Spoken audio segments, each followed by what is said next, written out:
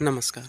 प्रकृत माँ आमे क्या प्रकृत माँ बोली कहूँ आम समाज में बड़ विकृत मानसिकता अच्छी जे जो महिला माने पिला जन्म करें माँ बोली कहू आ जो मैंने पिला जन्म कर पारि नाहांती तांको आमे माँ बोली कहूनु बरं उपहास करिथाउ जे तुमे पिला जन्म कर पारिल नाही।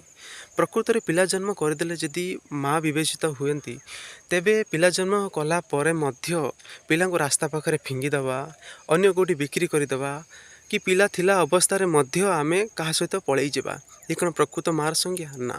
माँ तो सी होता है जहाँ हृदय सरलता नम्रता भद्रता पवित्रता स्नेह मातृत्व सबकिछि सहिबार गुण थाए। पृथ्वी माँ भली सी तो माँ पिला जन्म नकरी मध्य सी माँ समस्त आगे से समान समस्त पाई से समान समस्त ता आखिर समान सी कुकुर पिलाटे हो कि मनीष पिलाटे सी समस्त को समान दृष्टि मातृत्व भाव सी देखी थाए। से तो पिला जन्म नकरी मध्य आमे मदर टेरेसा बोली कहू माँ टेरेसा पृथ्वी माँ बोली कही था। एवं स्वामी विवेकानंद गुरुमाता थिले माँ शारदा तांको मध्य माँ बोली आमे कही था। दयाकोरी मोर भिडियोटी को खराब दृष्टि न देखी एक शिक्षामूलक दृष्टि देखु आपण मानक अनुरोध।